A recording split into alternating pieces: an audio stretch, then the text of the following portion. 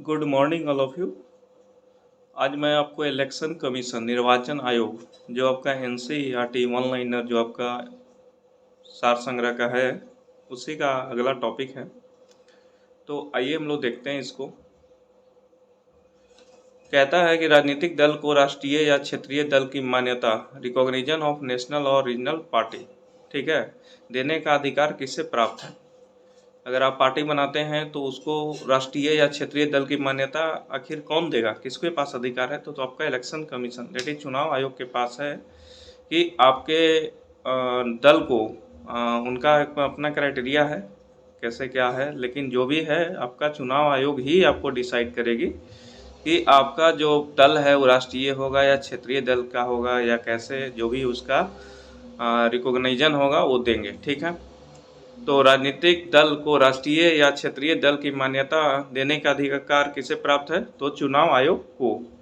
Next है आपका कि भारत के मुख्य निर्वाचन आयुक्त की पदावधि क्या है। तो 6 वर्ष या 65 वर्ष की आयु जो भी पहले हो, या तो 65 वर्ष हो जाए, मान लो 63 वर्ष उम्र हो रहा है तो वो बन गए मुख्य निर्वाचन आयुक्त। तो ऐसा तो नहीं है कि 6 साल वो कंप्लीट करेंगे, वो 65 मैक्सिमम है, तो 2 साल के बाद रिटायर कर जाएंगे वो। तो वही है 6 वर्ष या 65 वर्ष मैक्सिमम। भारत के मुख्य निर्वाचन आयुक्त को किसके द्वारा नियुक्त किया जाता है। भारत के मुख्य चुनाव आयुक्त को किसके द्वारा नियुक्त किया जाता है, तो हमारे देश के माननीय राष्ट्रपति द्वारा, ठीक है। कुछ निर्वाचन से संबंधित अनुच्छेद हैं, अनुच्छेद that is very important. Polity मतलब अनुच्छेद, आर्टिकल, दैट्स इट। तो आपका जो है अनुच्छेद 324 कहता है, विषय वस्तु क्या है कि चुनाव कार्य में अधीक्षण, निर्देशन तथा नियंत्रण की शक्ति चुनाव आयोग में निहित, ठीक है। चुनाव कार्य के अधीक्षण, निर्देशन तथा नियंत्रण की शक्ति चुनाव आयोग में निहित। फिर कहता है आपका 325, चुनाव प्रक्रिया में शामिल होने के लिए कोई व्यक्ति धर्म, नस्ल, जाति अथवा लिंग के आधार पर अयोग्य नहीं होगा, ठीक है। हर कोई चुनाव प्रक्रिया में शामिल हो सकता है, ऐसा कोई मतलब व्यक्ति धर्म, नस्ल, जाति अथवा लिंग के आधार पर अयोग्य नहीं होगा, ठीक है ना। तो अथवा इन्हीं के आधारों पर शामिल होने का दावा नहीं कर सकता, ठीक है। फिर है आपका अनुच्छेद 326 कहता है लोकसभा अथवा विधानसभाओं के चुनाव वयस्क मताधिकार के आधार पर संपन्न होंगे। जो आपका लोकसभा है ना तथा विधानसभाओं के चुनाव जो है वयस्क मताधिकार के आधार पर संपन्न होंगे। नेक्स्ट है आपका कि 327 आर्टिकल कहता है विधान मंडलों के चुनाव के संबंध में उपबंध करने की संसद की शक्ति। विधान मंडलों के चुनाव के संबंध में उपबंध करने की संसद की शक्ति। नेक्स्ट है आपका 328 कहता है कि राज्य विधायिका का संबंधित राज्य के अंदर चुनाव के संबंध में प्रावधान बनाने की शक्ति, ठीक है। राज्य विधायिका का संबंधित राज्य के अंदर चुनाव के संबंध में प्रावधान बनाने की शक्ति। नेक्स्ट है आपका 329 कहता है कि चुनाव संबंधी विषयों में न्यायालयों की हस्तक्षेप पर रोक, ठीक है।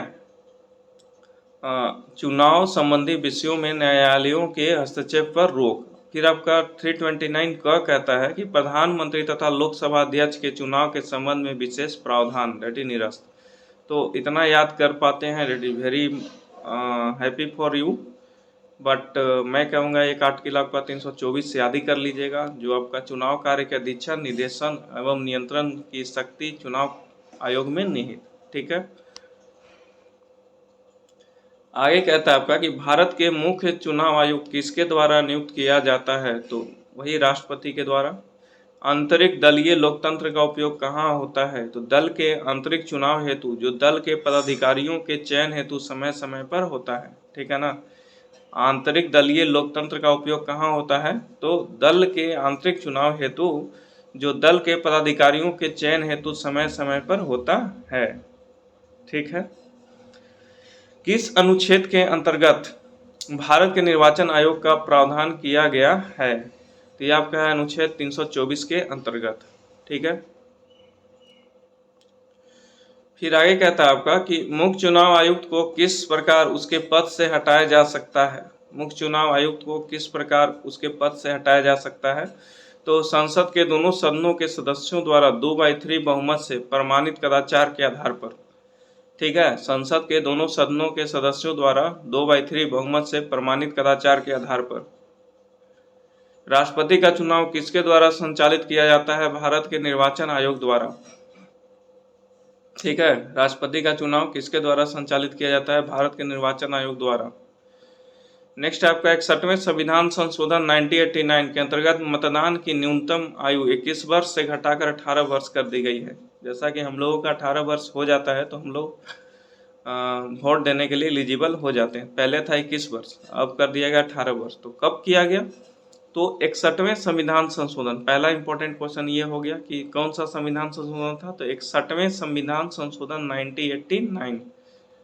ठीक है, 61वें संविधान संशोधन 1989। ओके, नेक्स्ट है आपका कि सांसदों की अयोग्यता संबंधी विवाद पर कौन निर्णय देता है? सांसदों की अयोग्यता संबंधी विवाद पर कौन निर्णय देता है? तो निर्वाचन आयोग के परामर्श से राष्ट्रपति। ठीक।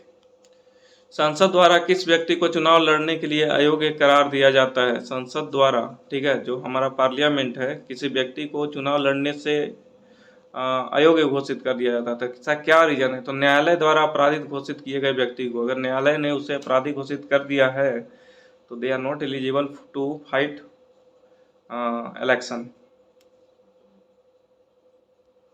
भारत में मताधिकार और निर्वाचित होने का अधिकार किस प्रकार का है? भारत में मताधिकार और निर्वाचित होने का अधिकार किस प्रकार है? तो विधिक अधिकार। राजनीतिक दलों को सर्वप्रथम संवैधानिक मान्यता किस वर्ष प्रदान की गई? वर्ष 1985। राजनीतिक दलों को सर्वप्रथम संवैधानिक मान्यता किस वर्ष प्रदान की गई है? तो आपका वर्ष 1985। अनुपातिक प्रतिनिधित्व की आवश्यकता किस देश में नहीं होती? ठीक है, अनुपातिक प्रतिनिधित्व की आवश्यकता जो है किस देश में नहीं होती? तो जहां द्विदलीय प्रणाली प्रचलित हो। ओके, दिनेश गोस्वामी समिति का संबंध किससे है? जो दिनेश गोस्वामी समिति का संबंध तो लोकसभा के चुनाव के सरकारी निधियन से। लोकसभा के चुनाव के सरकारी निधियन से किसी भी राजनीतिक दल को मुख्य विपक्षी दल की मान्यता प्राप्त करने हेतु उसके पास सदन से कम 10% सदस्य होना चाहिए। ठीक है, किसी भी राजनीतिक दल को मुख्य विपक्षी दल की मान्यता प्राप्त करने हेतु उसके पास सदन के कम से कम 10% सदस्य होनी चाहिए। निर्वाचन आयोग को किस वर्ष 3 सदस्यीय आयोग बनाया गया है? तो वर्ष 1989 एवं 1993। ठीक है ना, निर्वाचन आयोग को किस वर्ष 3 सदस्यीय आयोग बनाया गया है? तो वर्ष 1989 और 1993। दल बदल निरोधक अधिनियम कब पारित किया गया था दोस्त? तो 15 फरवरी 1985। ठीक है, एंटी डिफेक्शन लॉ, जो आपका आई थिंक 10वां शेड्यूल हो सकता है। वो दल बदल अधिनियम कब लाया गया? आपका 15 फरवरी 1985। निर्वाचन प्रक्रिया इलेक्शन प्रोसेस का आरंभ राष्ट्रपति द्वारा जारी की गई अधिसूचना से होता है और यह अधिसूचना जन प्रतिनिधित्व अधिनियम पब्लिक रिप्रेजेंटेटिव एक्ट 1951 की धारा 14 के अंतर्गत जारी की जाती है। ठीक है, यहाँ तक आपने समझा होगा अच्छे से। संसद तथा राज्य विधानमंडलों के चुनाव का संचालन, ठीक है, निर्वाचन आयोग द्वारा किया जाता है। तो देखो, इलेक्शन कमीशन जो है कौन कौन सा चुनाव नहीं कराती है? तो जो लोकल चुनाव होते हैं ना स्टेट में, जैसे पंचायती चुनाव, म्यूनिसिपैलिटी चुनाव, उसको इलेक्शन कमीशन नहीं कराती, उसको राज्य का जो इलेक्शन कमीशन है वो कराता है। ठीक है, बाकी इसके अलावा जितना इलेक्शन हो गया सारा आपका चुनाव जो है निर्वाचन आयोग ही कराती है। ठीक है, कुछ इम्पोर्टेंट कमीशन और भी हैं। ठीक है, ऑलरेडी हमने आपका नीति आयोग जो पढ़ लिया और भी बहुत कुछ। तो अब इन शॉर्ट आपका दिया हुआ है जो जो इम्पोर्टेंट हैं, तो उसको हम लोग देख लेते हैं। राष्ट्रीय मानवाधिकार आयोग नेशनल ह्यूमन राइट कमीशन अधिनियम 1993 के अनुसार किसे इस आयोग का अध्यक्ष बनाया जा सकता है? तो भारत के सेवानिवृत्त मुख्य न्यायाधीश को। अगर नेशनल ह्यूमन राइट कमीशन अधिनियम 1993 के अनुसार आयोग का अध्यक्ष किसे बनाया जाता है? तो भारत के सेवानिवृत्त जो रिटायर हो चुके हैं मुख्य न्यायाधीश भारत के, उनको बनाया जा सकता है। ठीक है, मतलब इनके पास अपॉर्चुनिटी है, after retirement you can do job. Bharat में सर्वप्रथम लोक सेवा आयोग की स्थापना किस अधिनियम के द्वारा की गई थी? The government of India act 1919। 1919 का जो गवर्नमेंट ऑफ इंडिया एक्ट है उसके द्वारा जो है भारत के सर्वप्रथम लोक सेवा आयोग की स्थापना की गई। राज्य लोक सेवा आयोग स्टेट पब्लिक सर्विस कमीशन के सदस्यों की नियुक्ति किसके द्वारा की जाती है? राज्यपाल के द्वारा। राज्य लोक सेवा आयोग स्टेट पब्लिक सर्विस कमीशन के सदस्यों की नियुक्ति किसके द्वारा की जाती है? राज्यपाल द्वारा। भारतीय प्रशासनिक सेवा आईएएस और भारतीय पुलिस सेवा आईपीएस की समाप्त करने की सिफारिश किस आयोग ने की थी? राजमन्नार आयोग। ठीक है ना। भारतीय प्रशासनिक सेवा आईएएस और भारतीय पुलिस सेवा आईपीएस को समाप्त करने की सिफारिश किस आयोग ने की थी? राजमन्नार आयोग। संघ लोक सेवा आयोग की प्रथम महिला अध्यक्ष कौन थी? तो रोज मिलियन बैथ्यू। रोज मिलियन बैथ्यू। मानवाधिकार आयोग किस प्रकार का जो है आपका संस्था है? ठीक है। मानवाधिकार आयोग किस प्रकार की संस्था है? तो आपका हो जाएगा ये आपका नॉन कॉन्स्टिट्यूशनल। ठीक है। मानवाधिकार आयोग किस प्रकार की संस्था है? तो नॉन कॉन्स्टिट्यूशनल। फिर आपका है कि राष्ट्रीय मानवाधिकार आयोग की संरचना, जो आपका स्ट्रक्चर है उसका कैसे क्या है? तो आपका जो हो गया अध्यक्ष, ठीक है, अध्यक्ष हो गया आपका उच्चतम न्यायालय का सेवानिवृत्त मुख्य न्यायाधीश या उच्चतम न्यायालय का सेवानिवृत्त न्यायाधीश। ठीक है। उच्चतम न्यायालय का सेवानिवृत्त मुख्य न्यायाधीश या उच्चतम न्यायालय का सेवानिवृत्त न्यायाधीश। सदस्य पहला कौन है? तो उच्चतम न्यायालय का कार्यरत एवं सेवानिवृत्त न्यायाधीश। अध्यक्ष सदस्य सेकंड है उच्च न्यायालय का कार्यरत व सेवानिवृत्त मुख्य न्यायाधीश। सदस्य 3 है मानवाधिकार से संबंधित कार्यानुभव अथवा विशेष जानकारी वाले 2 व्यक्ति। पदेन सदस्य कौन है? तो राष्ट्रीय अल्पसंख्यक आयोग का अध्यक्ष। ठीक है। राष्ट्रीय अल्पसंख्यक आयोग का अध्यक्ष। पदेन सदस्य राष्ट्रीय अनुसूचित आयोग जाति आयोग का अध्यक्ष। और पदेन सदस्य राष्ट्रीय अनुसूचित जनजाति आयोग का अध्यक्ष। फिर आपका पदेन सदस्य कौन हो सकता है? राष्ट्रीय महिला आयोग की अध्यक्ष। और पदेन सदस्य पिछड़ा वर्ग आयोग का अध्यक्ष। और फिर पदेन सदस्य कौन है? विकलांग व्यक्तियों के मुख्य आयुक्त। और आपका राष्ट्रीय बाल अधिकार सुरक्षा आयोग के मुख्य आयुक्त। ये सभी हैं आपके पदेन सदस्य। ठीक। भारत के प्रथम लोकपाल की नियुक्ति, ये अपने आप में वेरी इंपॉर्टेंट है। 23 मार्च 2019 को राष्ट्रपति द्वारा सर्वोच्च न्यायालय के सेवानिवृत्त न्यायाधीश पिनाकी चंद्र घोष को भारत का प्रथम लोकपाल नियुक्त किया गया है। तो कैमरा का ऐसा सेटिंग है कि उधर देखेंगे तो इधर नहीं देख पाते, तो होगा, समय के साथ बदलाव होगा। 23 मार्च 2019 को राष्ट्रपति द्वारा सर्वोच्च न्यायालय के सेवानिवृत्त न्यायाधीश पिनाकी चंद्र घोष को भारत का प्रथम लोकपाल नियुक्त किया गया। पहला तो आपका इंपॉर्टेंट स्टैटिक क्वेश्चन हो गया ये कि जो हमारा भारत का प्रथम लोकपाल है वो कौन था? पिनाकी चंद्र घोष। इसका जो है कब हुआ था आपका नियुक्ति? तो 23 मार्च 2019 को पहला। ओके।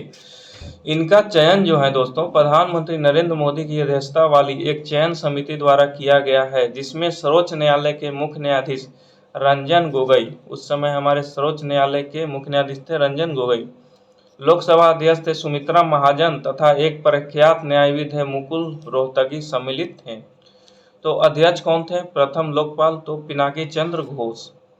न्यायविद सदस्य कौन थे? तो जस्टिस दिलीप बी भोसले, प्रदीप कुमार मोहंती, अभिलाषा कुमारी और अजय कुमार त्रिपाठी। गैर न्यायविद सदस्य कौन थे? तो अर्चना राम सुंदर, दिनेश कुमार जैन, महेंद्र सिंह, इंद्रजीत प्रसाद गौतम। ओके। गैर न्यायविद सदस्य कौन थे? तो अर्चना राम सुंदर, दिनेश कुमार जैन, महेंद्र सिंह और इंद्रजीत प्रसाद गौतम। नेक्स्ट है आपका कि राजनीतिज्ञों व अपराधियों के साठगांठ की जांच करने वाली समिति कौन सी है? राजनीतिज्ञों व अपराधियों के साठगांठ की जांच करने वाली समिति कौन सी है? तो बोहरा समिति। भारत में लोकपाल एवं लोकायुक्त की स्थापना का सुझाव किसने दिया था? भारत में लोकपाल एवं लोकायुक्त की स्थापना का सुझाव किसने दिया था? प्रशासनिक सुधार आयोग ने। संसद में प्रथम लोकपाल विधेयक किस वर्ष प्रस्तुत किया गया था? तो वर्ष 1968 में। ठीक है। संसद में प्रथम लोकपाल विधेयक किस वर्ष प्रस्तुत किया गया था आपका? तो वर्ष 1968 में। ठीक है।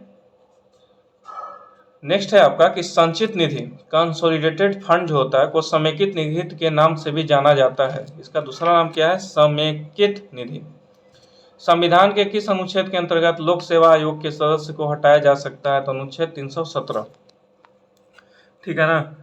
तो संविधान के किस अनुच्छेद के अंतर्गत लोक सेवा आयोग के सदस्य को हटाया जा सकता है, अनुच्छेद 317। किसी राज्य का लोक आयुक्त अपना प्रतिवेदन प्रस्तुत करता है राज्यपाल को, ठीक है।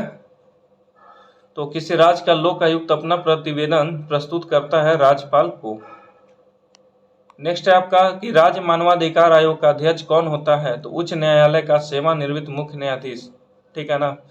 राज्य मानवाधिकार आयोग का अध्यक्ष कौन होता है? तो उच्च न्यायालय का सेवानिवृत्त मुख्य न्यायाधीश। उत्तर प्रदेश लोक सेवा आयोग यूपीपीएससी, ठीक है, Uttar Pradesh public service commission के व्यय किस निधि पर भारित होता है? तो राज्य की संचित निधि पर। स्टेट का तो स्टेट पर ही होगा। लोक सेवा आयोग में एक अध्यक्ष के अतिरिक्त 10 अन्य सदस्य होते हैं, ठीक है। लोक सेवा आयोग में एक अध्यक्ष होता है और 10 अन्य सदस्य होते हैं। कहता है कि वर्ष 1926 में ली कमीशन की अनुशंसा पर सर्वप्रथम लोक सेवा आयोग की स्थापना की गई थी, ठीक है। वर्ष 1926 में ली कमीशन की अनुशंसा पर सर्वप्रथम लोक सेवा आयोग की स्थापना की गई थी।